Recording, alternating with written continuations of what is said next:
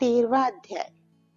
विकुंडल कहने लगा कि तुम्हारे वचनों से मेरा चित्त अति प्रसन्न हुआ है, क्योंकि सज्जनों के वचन सदैव गंगाजल के सदृश पापों का नाश करने वाले होते हैं।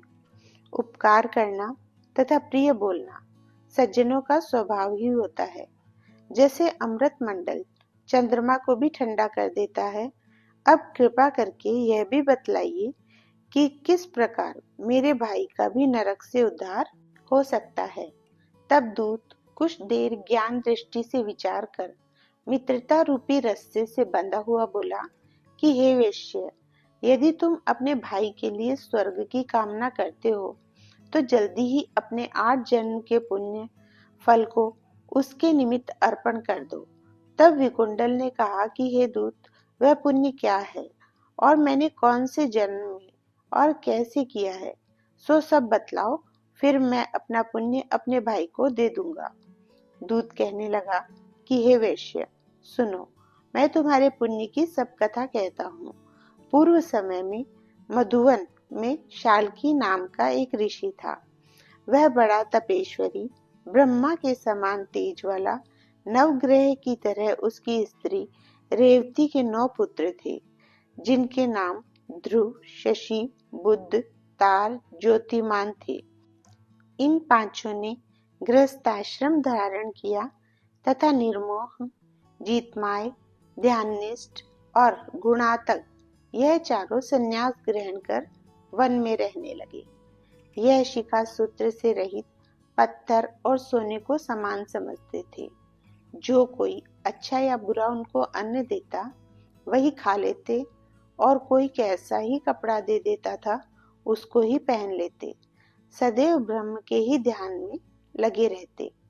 इन चारों ने व्रत, शीत, निद्रा और आहार सबको जीत लिया। बस चर अचर को विष्णु रूप समझते हुए मौन धारण करके संसार में विचरते थे। ये चारों महात्मा तुम्हारे घर आए। जब तुमने मध्याह्न के समय भूखे प्यासे इनको आंगन में देखा तो तुमने गदगद कंठ से आंखों में आंसू भरकर इनको नमस्कार करके इनका बड़ा आदर सत्कार किया।